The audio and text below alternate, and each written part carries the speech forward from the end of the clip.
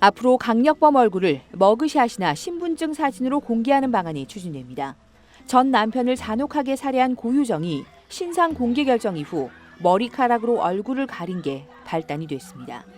경찰청은 최근 법무부와 행정안전부로부터 강력범에 대한 신상 공개 결정 이후 이 같은 방법으로 얼굴을 공개하는 것이 법적으로 문제가 없다는 유권 해석을 받았습니다.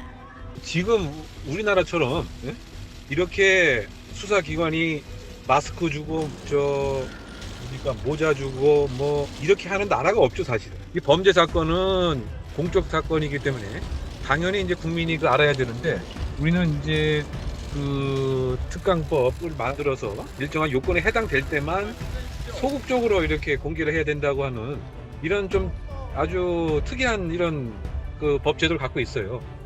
미국과 일본 등 대부분의 선진국은 용의자 단계부터 얼굴을 모두 공개하고 있습니다. 국민의 알 권리뿐 아니라 범죄에 대한 제보를 활성화할 수 있고 범죄를 억누르는 효과 역시 크기 때문입니다.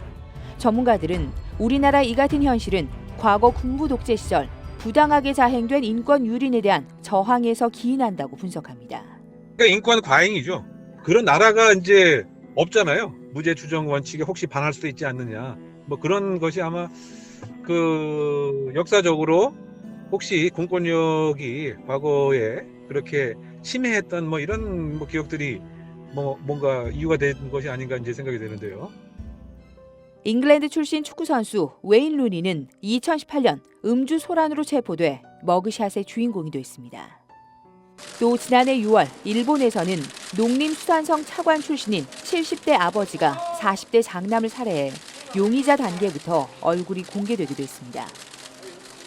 강력범 얼굴을 따로 찍은 머그샷을 배포하는 방안과 관련해 법무부는 현행법상 가능하지만 강력범 본인의 동의를 받아야 한다는 유권 해석을 내렸습니다. 이에 경찰청은 강력범이 머그샷 배포에 동의하지 않는 경우 신분증에 있는 얼굴 사진을 공개하는 방안에 대한 유권 해석을 행안부에 의뢰했고 법적으로 문제가 없다는 답변을 받았습니다. 이러한 방침에 대해 대부분의 시민들은 늦었지만 환영한다는 입장입니다. 한 통계에 따르면 87.4%의 시민이 강력범죄 피의자의 신상 공개에 찬성했습니다.